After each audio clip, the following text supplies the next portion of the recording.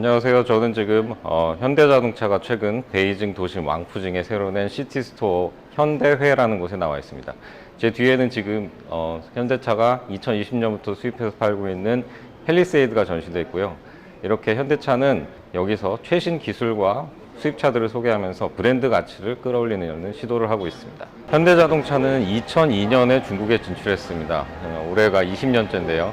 이렇게 시티스토어를 연 거는 올해가 처음입니다. 글로벌 업체들이 이미 베이징이나 상하이에 브랜드 스토어를 다수 운영하는 것에 비하면 상당히 늦었다고 했었는데요. 이렇게 현대차가 20년 만에 브랜드 스토어를 연 거는 현대차가 지금 처해 있는 상황, 그리고 나아가서 한국 기업들이 중국 시장에서 어떻게 대응을 하고 있는지 엿볼 수 있는 그런 하나의 작은 사건이라고도 할 수 있습니다.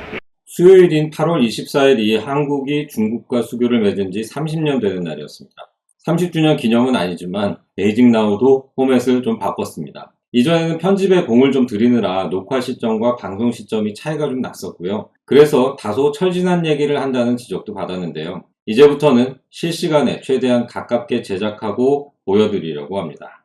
저희 한국경제신문은 한중수교 30주년을 맞아서 양국의 경제관계를 분석하는 시리즈를 연재했습니다. 지면으로 보신 분들도 많을 텐데요. 오늘은 그 중에서도 중요한 내용이나 또는 지면에 못 담았던 내용들을 정리를 좀 해보려고 합니다. 지금 보시는 곳은 말씀드린 현대자동차의 브랜드 스토어입니다. 브랜드 스토어는 판매보다는 브랜드 이미지를 끌어올리겠다, 이런 목적을 가진 매장입니다. 위치는 베이징 최고 도심 서울로 치면 명동과 청담동을 더해놓은 분위기의 왕푸징에, 거기서도 가장 고급 쇼핑몰인 동방신천지 둥팡신텐디에 자리 잡았습니다. 신경을 제대로 썼죠. 그런데 이 둥팡신텐디에는 이미 웨일라이, 웨이마 같은 중국 토종 브랜드와 BMW도 이미 브랜드 스토어를 운영하고 있습니다. 중국 진출 20년이 된 현대차가 이제 와서 브랜드 스토어를 낸 건 조금 의아한 부분이 있습니다. 또 하나, 현대차는 여기에 팰리세이드, 수소전기차 넥소, 고성능차 N라인업, 이렇게 중국에서 팔지 않거나 수입해서 파는 차들을 전시해놨습니다. 이것도 약간 어색하죠. 현대차는 베이징시 국유기업인 베이징자동차와 합자법인인 베이징현대를 설립하면서 중국 시장에 진출했습니다. 중국은 자국 산업 보호를 내걸고 외국 자동차 기업이 자국에 진출할 때 현지 업체와 50대 50 합자사를 설립하도록 했습니다. 이익의 절반은 내놓으라는 거고요. 또 기술도 이전받겠다는 의도였습니다. 결국 그 뜻대로 됐고요. 이 제한은 올해 완전히 풀렸습니다. 외국 기업들은 대부분 배경이 탄탄한 국유기업과 손을 잡았습니다. 그런데 현대차가 합작한 베이징차는 국유기업이긴 하지만 연간 판매량이 3천여 대인 소규모 기업이었습니다. 상용차 중심 회사였고요. 그래도 베이징차와 합작한 게 초기에는 축복이었습니다. 베이징시는 관내 택시 10만 대를 베이징현대의 아반떼와 소나타로 교체해줬습니다. 베이징현대의 중국시장 순위는 설립 7년 만인 2009년 점유율 6.8%를 기록하면서 4위로 뛰었습니다. 현대차가 성장하던 시기에 중국은 그야말로 만들면 팔리는 시장이었습니다. 2000년 214만 대였던 중국 자동차 시장은 그것도 대부분 상용차였는데요. 2010년에는 1806만 대로 연평균 24%씩 커졌습니다. 2009년에는 미국을 제치고 세계 최대 시장이 됐죠. 그런데 2010년을 전후해서 시장이 완전히 달라졌습니다. 작년까지 연평균 성장률은 4%로 떨어졌습니다. 2018, 2019, 2020년 3년 동안은 판매량이 오히려 줄어들었습니다.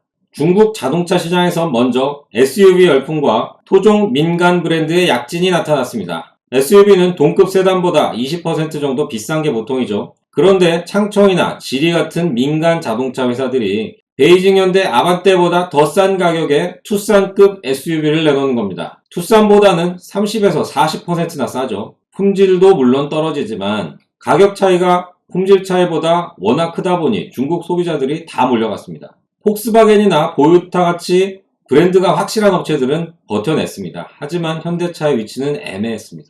그런 와중에 2015년 4공장과 5공장을 연달아 지으면서 양적 성장에 매달렸습니다. 전 현대차 그룹 고위 임원은 당시에 생산 설비를 늘릴 게 아니라 브랜드 가치를 높이는 데 주력했어야 했다, 이렇게 얘기도 했습니다. 2016년 114만 대였던 베이징 현대의 판매량은 지난해 38만 대로 급감했습니다. 관료 조직에 가까운 베이징차와의 협력 관계는 어느새 걸림돌이 됐습니다. 중국 측 임원들은 실적보다는 정부 눈치를 살폈고요. 직원들은 국유기업에 3년 이상 다니면 받을 수 있는 베이징 호적에 관심이 더 많았습니다. 의사결정 구조가 워낙 비효율적이다 보니 시장 변화에 제대로 대응할 수가 없었습니다. 2017년 뼈아픈 사드 보복 당시에도 베이징 차측은 내일 아니다 이런 식으로 대응을 했죠. 시장의 축이 전기차로 이미 이동했지만 베이징 현대는 수년째 내부 검토만 하고 있습니다. 전기차 현지 생산은 빨라야 내년 말로 예상되고요. 현대차 그룹은 지난 2, 3년간 인원 재배치, 라인업 재조정 이런 걸 실시하면서 중국 시장 전력을 원점부터 다시 정비하고 있습니다. 이번에 현대차가 독자적으로 브랜드 스토어를 낸 것도 이런 배경들이 있습니다. 중국에서 고전하는 건 현대차만이 아닙니다. 30여 년 1위를 달려오던 폭스바겐은 2020년과 2021년 올 상반기까지 3기 연속 판매량이 15%씩 줄었습니다. 전기차 전환에 제대로 대응하지 못한 결과고요. 1980년대 중국에 진출한 미국 SUV 브랜드 지프도 올해 중국 시장 포기를 선언했습니다.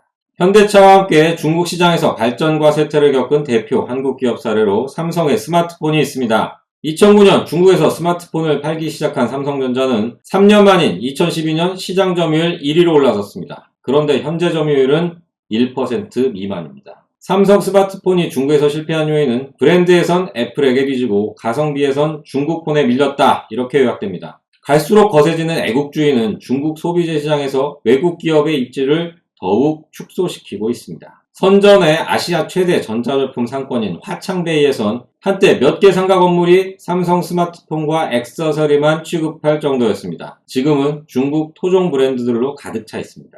중국의 스마트폰 시장 역시 10여년 동안 극적으로 바뀌었습니다. 2012년 점유율 상위 5대 브랜드 중에서 2021년에 남아있는 업체는 애플밖에 없습니다. 가성비의 대명사로 통하는 샤오미도 글로벌 시장에선 2위까지 올라왔지만 홈그라운드인 중국에서는 오포와 비보에게 밀리는 게 현실입니다. 올해 들어선 화웨이에서 분사한 아너가 빠르게 부상하고 있습니다.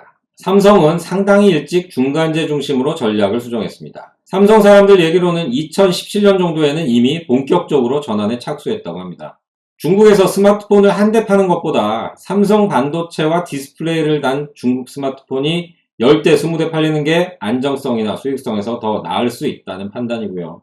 소비재 장사를 대폭 줄였지만 삼성 계열사들이 중국 시장에서 올리는 매출은 계속 늘어나는 추세입니다. 그럼 내부적으로 숫자가 있는데 지금은 삼성그룹이라는 실체가 없어진 상황에서 그 숫자를 외부에 공개하기는 어렵다고 하네요. 그래도 삼성전자만 보면 중국 매출은 2016년 32조 원에서 지난해 59조 원으로 5년 동안 2배 가까이 커졌습니다. 물론 반도체가 큰 역할을 했겠죠. 하지만 삼성전기도 텐진에 MLCC 공장을 지었고요. 샤오미에서 매년 1조 원대 매출을 올리고 있습니다. 중국 시장은 여전히 빠르게 변하고 있습니다. 소득 수준이 올라가면서 고급 소비재 수요는 폭발적으로 늘고 있고요. 중국 수입 식품 시장에서 김, 과일 주스, 홍삼 이런 많은 영역에서 한국산 식품이 1위를 달리고 있습니다. 한국산 김은 고소득층의 어린이 간식으로 주목받으면서 지난해 수입액이 전년 대비 2배 넘게 늘었습니다. 서울우유, 연세우유 같은 한국산 냉장우유는 중국 고급 백화점이나 마트, 우유 코너의 중심을 차지하고 있습니다. 중국의 우유 소비 트렌드가 멸균 우유에서 생우유로 전환하고 있는데요. 기존에 고급으로 통하던 호주나 독일산 멸균 우유 자리를 냉장 수출이 가능한 한국산이 대체하고 있는 겁니다. 어린이용 음료 시장에선 뽀로로 캐릭터를 앞세운 팔도 어린이 음료가 대세로 자리 잡았습니다. 이른바 K 콘텐츠의 확장 사례로 꼽히죠. 일부 품목이 선전하고 있지만 중국 시장은 점점 더 어려워지고 있습니다. 30년 흑자를 이어온 대중무역수지도 흔들리고 있습니다. 대중무역수지는 5월부터 7월까지 석 달 연속 적자였습니다. 수교 직후인 1992년 8월에서 10월까지 이후 30여 년 만에 처음 있는 일입니다. 이달에도 적자 추세가 이어지고 있어서 넉 달 연속이 될 전망입니다. 적자가 나는 단기적인 이유는 중국의 내수 부진을 들 수 있습니다. 올해 상하이부터 전국 주요 경제권 봉쇄가 시작되면서 소비 심리가 크게 위축됐습니다. 하지만 글로벌 공급망이 무너지는 가운데서 한국의 무역수지가 나빠지는 현실은 한국이 중국에 얼마나 의존하고 있는지를 보여주는 단면입니다. 한국이 대부분 중국산을 쓰는 리튬, 니켈, 코발트 이런 비철금속 수입이 올 상반기에 127억 달러, 17조 원에 육박했는데요. 2020년 상반기 수입액 65억 달러의 2배에 달합니다. 이렇게 중국 의존도가 높으면 가격 협상에서도 불리하고 또 유사시에 요소수 사태 같은 위기가 또 닥칠 수도 있습니다. 한국의 주력 산업 상당수는 이미 기술 경쟁력에서 중국에 밀리고 있습니다. 세계 최고라는 반도체와 원자력 발전도 차이가 거의 없습니다. 한국과학기술평가원에 따르면 조사 대상 10개 분야에서 2010년 중국의 평균 3년 앞섰던 기술이 2003년에는 0.1년 뒤졌습니다. 2010년에는 우주항공을 뺀 9개 분야에서 앞섰는데 2020년에는 우주항공, 의료, 에너지자원, ICT 소프트웨어 이렇게 4개 분야에서 역전당했습니다. 나머지 부분도 반년 정도 앞서는 수준이었습니다. 중국 경제가 올해 상당히 어렵습니다. 부동산 시장 침체는 1년 넘게 이어지고 있고요. 이게 전체 경기를 끌어내리고 있습니다. 제로 코로나도 소비 심리를 악화하고 있고요. 게다가 최근 몇 달은 폭염에 전력난이 겹치면서 생산도 타격을 입고 있습니다. 하지만 이런 악재들은 언젠가는 가라앉을 겁니다. 또 중국 기업과 경제는 다시 살아날 텐데요. 우리가 이런 시점에서 어떻게 할 것인가? 많은 고민이 필요한 상황이라고 생각됩니다. 시청해주신 여러분 고맙습니다.